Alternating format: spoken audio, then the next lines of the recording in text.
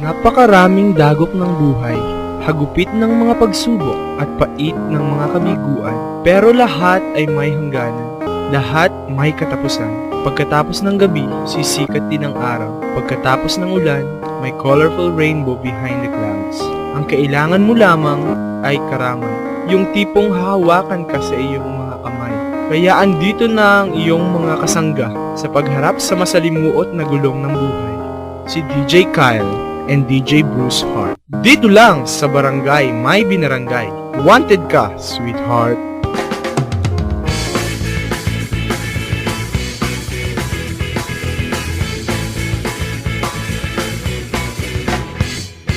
Yes, good morning. Siyempre, dito po tayo sa ating segment na Wanted Ka, Sweetheart.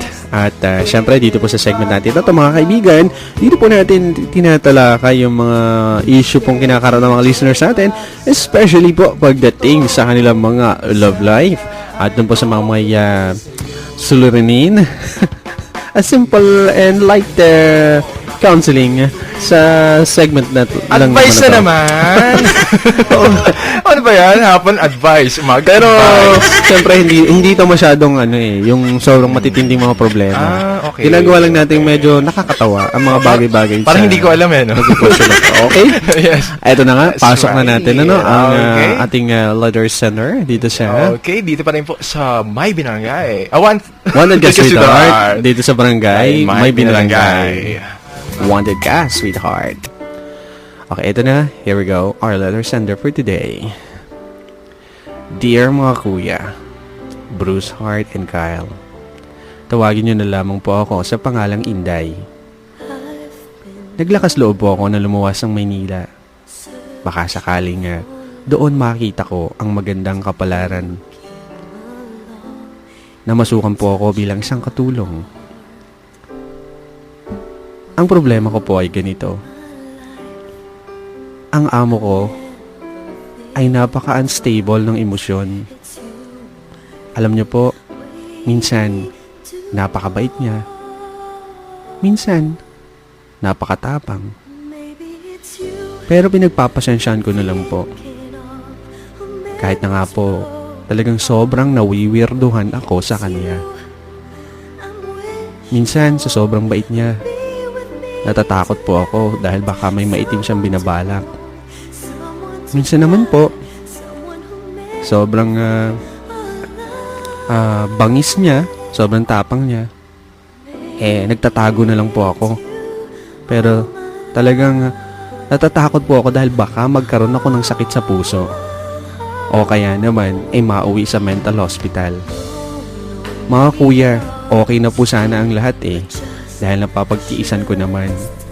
Dahil ang talagang gusto ko ay kasama ko ang aking minamahal. Pero kahit po ganun, sobrang affected po talaga kami. Sobrang affected po ang love life namin ng boyfriend ko na katrabaho ko na isang boy. Mga kuya, ano po kaya ang gagawin ko? Sobrang nahihirapan ako. Pero kailangan ko po na magtrabaho. Ganon din ang aking sweetheart. Gumagalang, Inday. Inday. Inday. Inday.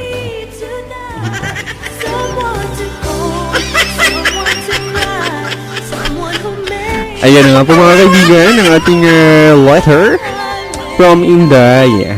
Namasukan siya sa Manila pero bakit napunta dito sa Baka umuwi. Baka taga dito po siya. Nagkataon namang napauwi siya. Narinig ang program natin. Hindi ko napapakinggan tayo sa Manila. Wow, ang laki naman ang sahop natin. Ikaw, Kyle, kain ka ng kain ng saging, ha? Sobra ka na. Pinaglalalangan mo. Okay, ikaw lang, Grabe, Ikaw, magbigay ka ng advice kayo dito, ha? Kayo kayong host. Si Inday, payuhan mo. Payuhan mo si Inday ngayon. Ano kasi magsawa ka busy ngayon. kasi akong kumain.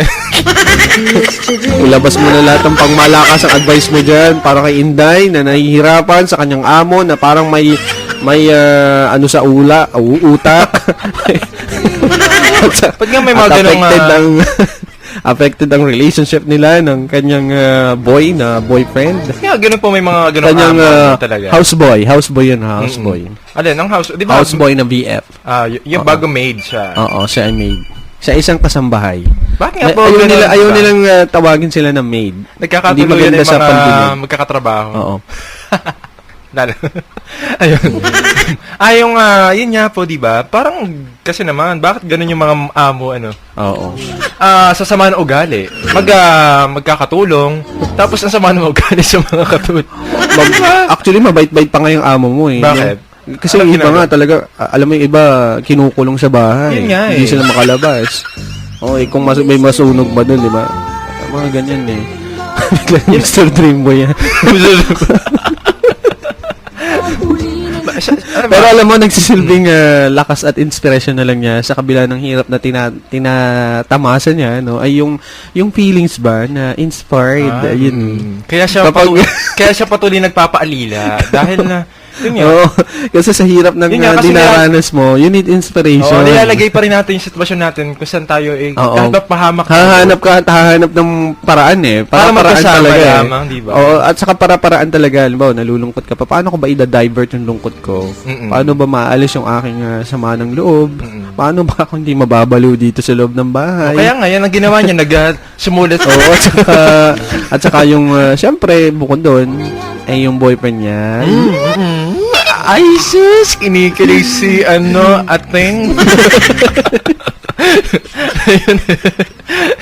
Suggestions. Suggestion? Kayo na. Recommendations. Kasi Anong yun nga. recommendations mo?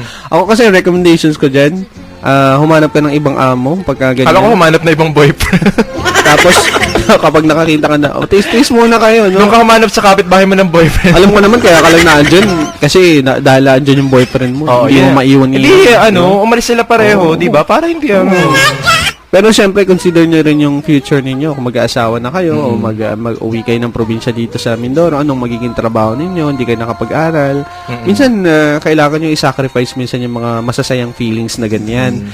For the sake ng inyong future, no? Kung yun nga po, kung minsan ay sobra na talaga yung amo niya, bakit siya magtitiis ng Kaya hanggang sa dumating yung punto na hindi na sakit yung kasi minsan niya. mali yung solusyon niya eh. Baka ginagawa niya lang solusyon niya para mawala yung lungkot niya. Pwede ka naman kasi na humanap ng iba pang trabaho. mapapagsayahan. Okay, halimbawa, humanap ka ng mas maganda-gandang trabaho, no? Mas malaki yung sweldo. Yung hindi na-degrade yung pagkatao mo na sinisigawan ka, binubulyawan ka, binabato-bato ka, sinasabihan ka ng tanga, sinasabihan ka ng ulaga, di ba? Yung mga ganyan. Napaka-ulaga. Sabi siya, ulaga na naman to, tanga-tanga na naman, di ba? Wagas talaga. Tatang kasi. Tapos pagka yung ulam na niluto mo, hindi na nagustuhan. Ay, ikaw kumain yan. Sabi, alat-alat dito ha. Ikaw umubos niyan. Ubusin mo lahat niyan. Alat-alat ito, susupak ko lahat ito sa iyo. Susupak. sabi, itong laba mo, nilagyan mo na naman to ng kanin ha. Eh, ikaw talaga, hindi ka na natuto. Pag ito nagbara, papahigop ko lahat sa iyo to. Ay, vacuum cleaner. Yung mga ganun, di ba? Di ba mga ganyan? So, ang suggestion ko lang ay humanap ka na ng among matino. O kaya naman, at ano, may amo pa bang matino ngayon? Oo naman, may mga mababait. Oo naman. Meron naman. Oo naman, tinanong ko nga lang. Kasi may parang, sa tingin ko talaga, may saltik tong itong bossing mo na to eh. Itong iyong manager. Ay, nako, experienceado.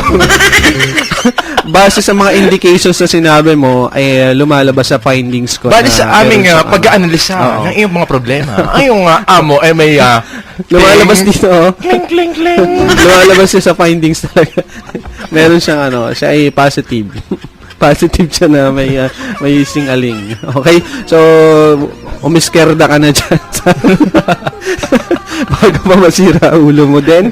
Kagaya niya, tapos umanap ka na lang. Pero syempre, bago ka umalis. Arnesin mo muna. Huwag naman gano'n.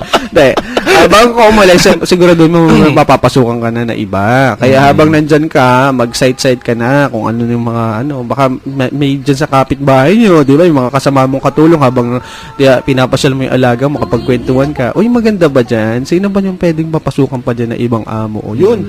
Pagka sabi, ay, kailangan doon sa kabila. Ay, doon ka na lang. lilipat ka ng yung mga ganun, di ba? Tapos ibibigay sa'yo mas matapang. Oo. At least, tatanungin mo, sasabihin mo syempre, okay ba yung amo na yan? Baka naman namimitik na lang yan ng tenga. Siyempre sasabihin nung katulong, okay yan kasi Oo. may porsyento siya. Hindi naman siguro. Siyempre, titingnan mo rin naman, kailangan friends kayo talaga.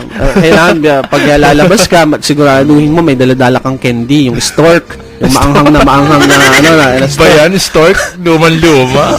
yung puti ha, yung puti. Ang tanda naman nun. Hindi, pang alis kasi ng alibadbad yun. Kaya, siyempre, medyo na, Pwede namang yung Magnum, medyo chocolate. na mapaninsin ng laway. Promote ng mga chocolate. Yung mga chocolate, nakakasingaw po yan eh. Nakakasakit pa ng ngipin niya. Yung mga na lang, candy, ganyan. Tapos bigyan mo ng ganyan. Tapos yan, friends na kayo. Tapos magtatanong-tanong ka na. Yan. Tapos bula-bula mo. Yung ganda talaga ng ng earrings mo. Ang ganda ng buhok mo, ganyan. Yun, kahit simula hindi. na yun. O kahit naman hindi, at least naman nakarinig naman yung tao yung maganda kasi Kahit naman yung puro earrings pangit niya. lang maririnig niya, di ba? Kahit naman hindi ganun katotoo, di ba? Pero yung mapasaya mo yung tao, eh. Wala kayong bagay na yun. Basta wag mo lang pahalata dito tayo sinasabi mo. Sorry. Alam mo, tapos ng ilong mo, yung palang nguso ang tinitingnan mo, di ba? Huwag ganun. Okay. Yung ganun lang. Di ba yung lang, siyempre, yun. So, suggest natin, hanap ka ng ibang work. No? And then, Ano ba may papayo niyong work sa kanya bukod sa pagkakatulong? kung wala talaga, siyempre, kung wala kang pinag-aralan kasi, paano ka makakakita ng magandang trabaho? Hanap ka ng bossing na pwedeng magpa-aral sa'yo kasi maraming mga ganyan. Wow. Oo. Parang ibang pagkakaintindi ko doon. Merong mga pag-aaral. Hindi, merong nagpapaaral talaga, no? Siyempre, yung sweldo mo, Ibig sabihin, babawasan na. Yung sa halip na Oo. sumweldo ka, Oo. yung pag-aaral na lang, yung maging suklay. Siguro, nasa tamang vision lang yan. Kung ano yung... Dapat may goal ka talaga. Oo, Kasi yan. paano kung trabaho ng trabaho, pero yung pera mo, hindi mo rin naiipon. Kaya- parang ano ka lang. Kaya Inday, ganun. Kailangan mag-isip ka, hindi laging gagamitin mo yung waldas. puso mo, yung laging iisipin mo, nakakakilig, mga ganyan-ganyan na parang napapakinggan mo sa mga pinapakinggan mo sa radyong mga love story, napapanood mo sa TV, hindi ganyan. Dapat mag-isip-isip ka na magandang future, magandang kinabukasan ng anak mo, na ang magiging anak mo hindi magkakatulong, no?